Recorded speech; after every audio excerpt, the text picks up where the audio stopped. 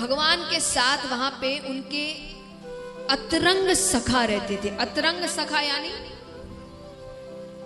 Best friend, सबसे अच्छा मित्र, जिससे आपकी कोई बात छिपी नहीं। भगवान के अतरंग सखा कौन थे? उद्धव। भगवान के सबसे प्यारे मित्र थे वो, बहुत प्यार करते थे भगवान उनसे, और प्यार के साथ साथ वो बिल्कुल भगवान जैसे थे।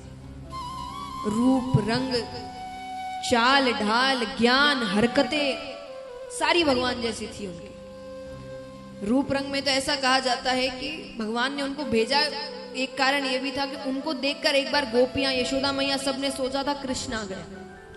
वो इतने भगवान से मिलते जुलते थे। तो और ज्ञान, उन्होंने देवताओं के गुरु बृहस्पति जी से विद्या प्राप्त की थी। इतने ज्ञानी, कहा जाता है अगर आप बहुत ज्ञानियों में किसी का नाम लेते हैं तो उद्धव जी का नाम लिया जाता। इतने ज्ञानी थे। एक चीज की कमी थी। कौन सी कमी? उद्धव जी के लिए दुनिया में सबसे ऊपर ज्ञान था। वो ज्ञान से ऊपर और किसी चीज को नहीं समझते थे, लेकिन भगवान जानते थे ज्ञान से ऊपर भी कुछ है, और वो है प्रेम। उद्धव जी प्रेम को इतना महत्व नहीं देते थे, सिर्फ ज्ञान। तो भगवान कोशिशें कर रहे थे कि इसको प्रेम तत्व कैसे समझाऊं मैं, पर मौका नहीं मिल रहा था। एक दिन भगवान राजकाज के कार्य खत्म करके अपने कमरे में आते हैं। उनके कमरे में एक बड़ी सी खिड़की थी, और कई ऐसे घर होते हैं ना जिनकी खिड़कियों से पूरा शहर दिखता है। दिखता है यानी एक एक घर नहीं दिख रहा, पर आपको ऊपर से सब कुछ दिखता है, कई छत में से दिखता है। तो भगवान की जो खिड़की थी कमरे की, उससे यमुना नदी का तट दिखता था, वृंदावन वाला। आज भगवान को वृंदावन की बहुत याद आ रही है। यहाँ कई ऐसे होंगे जिनके बच्चे बाहर पढ़ते होंगे, तो हमें बच्चों की याद तो आती ही है, या बच्चों को आपकी याद तो आती है, रोजाना ही आती है, लेकिन कभी कभी ऐसा होता है बहुत याद आती है। यानी उस दिन वो दिख जाए, वो मिल जाए आज बस। कभी कभी ऐसा होता है। भगवान के लिए आज वही दिन था। भगवान को वृंदावन की इतनी याद आ रही है कि आज उनको ऐसा लग रहा है कोई मुझे दिख जाए। अरे कोई पानी भरने आ जाए, कोई गैया चराने आ रहा हो, कोई किसी भी कारण से आज यमुना नदी के तट पर कोई तो आ जाए। अब कई बार जब बहुत याद आती है तो आपको कभी कभी महसूस होने लगता है वो पास है। तो एक लीला हुई। भगवान यमुना नदी के तट पर एक टक देख रहे हैं। अब भगवान को आए तो कई वर्ष हो गए, तो कई नए ग्वाले आ गए हैं। तो वो गैया चराकर घर लौट रहे थे। तो भगवान कहते, अरे ये तो वही समय है जब मैं, श्री दामा, मुद मंगल, हम सब गैया चराकर घर लौटते थे। अरे ये निश्चय वही समय है। पर यादों का ऐसा भाव उठा कि एक बार के लिए भगवान भूल गए कि वो कहाँ है, और भगवान जोर से आवाज लगाने लगते, अरे श्री दामा रुको, मैं भी आ रहा हूं। अरे मुद मंगल जल्दी चलो, अरे आज तो बड़ी देर हो गई, आज माता बहुत चिल्लाएगी।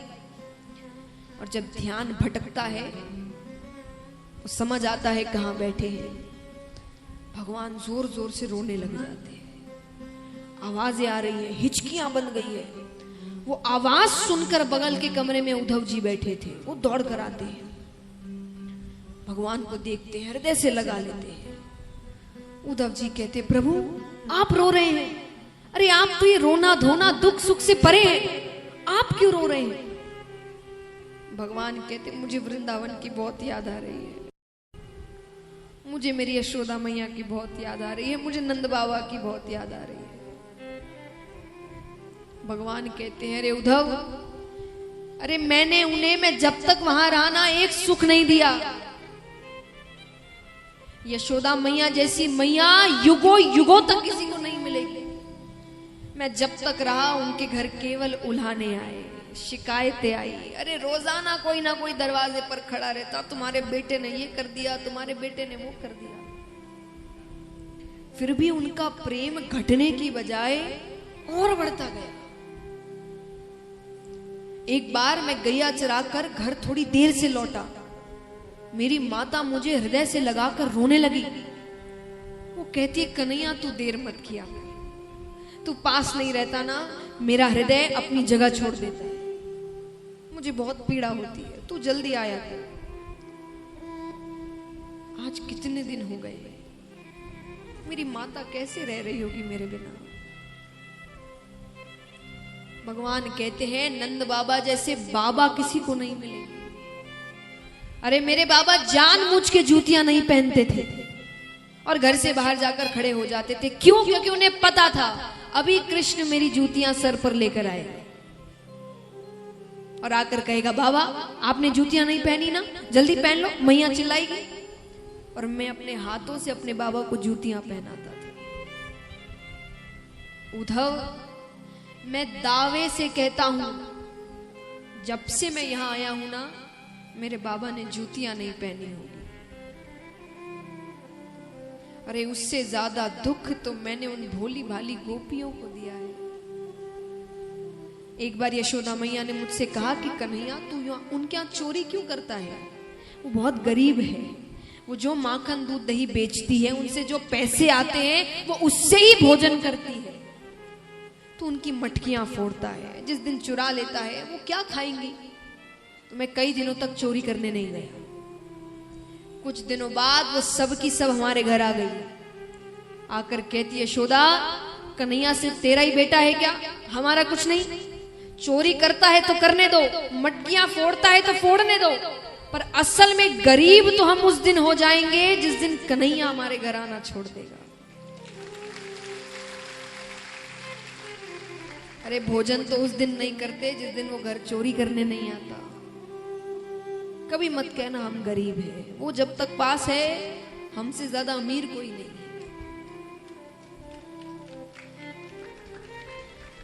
भगवान कहते हैं उससे भी ज्यादा दुख मैंने अपनी राधे को दिया है। कितना प्यार किया उससे, मैंने सबसे ज्यादा दुखी उसे दिया। भगवान कितनी देर तक राधे राधे राधे कहकर रोने लगे। सोचिए यहाँ कितने हैं जिनकी आंखों में आंसू आ गए हैं।